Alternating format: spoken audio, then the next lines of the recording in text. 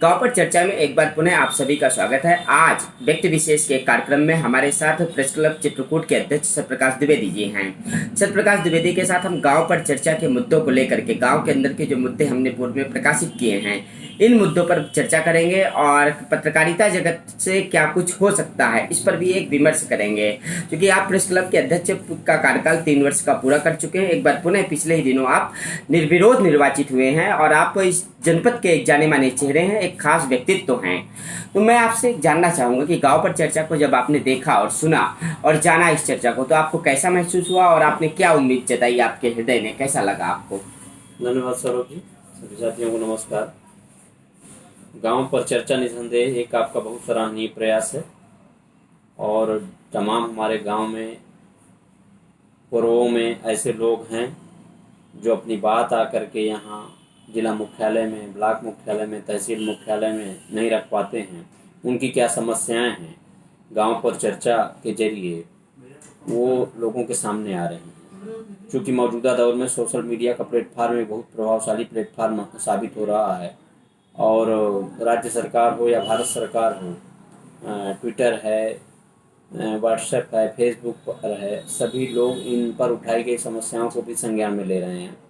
तो ये बहुत अच्छी मुहिम है और मुझे लग रहा है इसके परिणाम शुरू हो गए हैं आने, और आने वाले समय में इनकी संख्या बढ़ती जाएगी, जिससे लोगों को एक काम होंगे, उनकी समस्याओं का निराकरण होगा। जैसे हम अभी तक नोनार, बकटा और भिटारी से लेकर के खरसेड़ा और दरसेड़ा इन चारों गांवों में पहुंचे हैं। खरसेड़ा का जो ग्राम पंचायत था उसको जब हमने देखा तो बहुत बुरी हालत में था।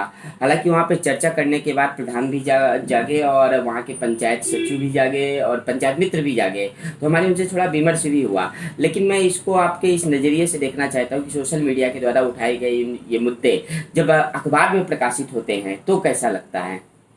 देखिए, ग्रामीण क्षेत्र और नगर क्षेत्र में दोनों की स्थितियों में बहुत बड़ा फर्क होता है। नगर क्षेत्र के जो भी समस्याएं होती हैं बड़ी आसानी से अखबारों में आ जाती हैं, लेकिन ग्रामीण क्षेत्रों में जब जागरूक लोग आते हैं, कर भी अब वो ट्रैक्टर से मान लीजिए डीजल भरा करके आए, यहाँ अधिकारियों से मिले, मुलाकात नहीं हुई, लौट के चले गए, बिना प्रार्थना पत्र दिए चले गए। तो वो इस सोशल मीडिया प्लेटफार्म के जरिए जो आप लोगों की समस्याएं दिखा रहे हैं, उठा रहे हैं, तो उसका निश्चित रूप से सीधा लाभ आने वाले समय में मिलेगा, चाहे वो ग्राम प्रधान हो, चाहे वो ब्लॉक प्रमुख हो, चाहे जिला पंचायत अध्यक्ष हो, सांसद हो, विधायक हो। गांव के विकास में आप पत्रकारिता जगत की क्या भूमिका देखते हैं कि पत्रकारों को क्या कुछ और प्रयास करने की जरूरत है गांव के मुद्दों को लेकर के प्रमुखता से प्रकाशित करने की, गांव गांव तक पहुंच करके? बिल्कुल काम करने की जरूरत है। खासतौर से तो हमारे चित्रकूट में ये नीति आयोग के तहत चयनित जिला है और जो देश के 100 सबसे पिछड़े जिले हैं उनमें चित्रकूट भी शामिल है। तो खासतौर से यहाँ ग्रामीण इलाकों पर ज़्यादा फोकस करने की ज़रूरत है और फोकस कर भी रहे हैं। ऐसा नहीं कि फोकस कर नहीं कर रहे हैं, लेकिन चूँकि अभी यहाँ काम करने की अपार संभावनाएं हैं, इसलिए और तमाम ऐसे क्षेत्र हैं जहाँ पर कभी कोई जाता नहीं है, वहाँ जाने की ज़रूरत है, वहाँ के लोगों की समस्याएं उठाने की ज़रूरत है। अच्छा, गांव के अंदर से जल संरक्षण के बारे में आप क्या संदेश देना चाहेंगे? देखिए, जल संरक्षण के बारे में अभी एक यहाँ सरकारी कार्यालयों में अभियान चला था, मेरा छत मेरा पानी। बहुत सराहनीय अभियान है जी। सरकारी कार्यालयों में बारिश का जो पानी है उसको सीधे पाताल भेजने के लिए, तो मतलब उस अभियान का लक्ष्य ये है कि भूगर्भ जल स्तर बढ़े। तो अगर ये ग्रामीण क्षेत्रों में भी ऐसी कोई योजना लागू की जाए, लोगों को जागरूक किया जाए जी जी, कि इस पहले पुराने समय में आपको याद होगा हर गांव में एक गड्ढा होता था जहाँ पे नालियों का पानी सारा चला जाता था। अब वो जब से पक्की नालियां बन गई तो नालियों का पानी सूख जाता है।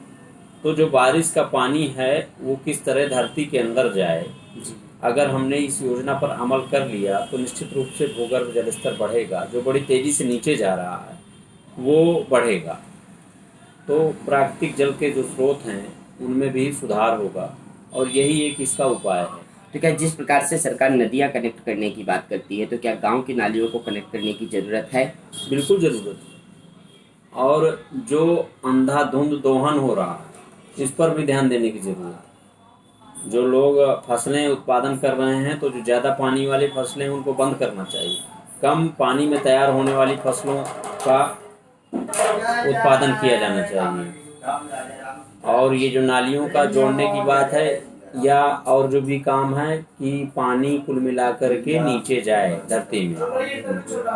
धरती में पानी जाए, ये उद्देश्य होना चाहिए। तो गांव पर चर्चा के माध्यम से वृक्षारोपण को भी आपने देखा होगा, तो आपको क्या लगता है कि इस मुहिम के चलाने से और साथ साथ वृक्षारोपण की मुहिम चलने से क्या कुछ हो सकता है? बहुत शानदार मुहिम है।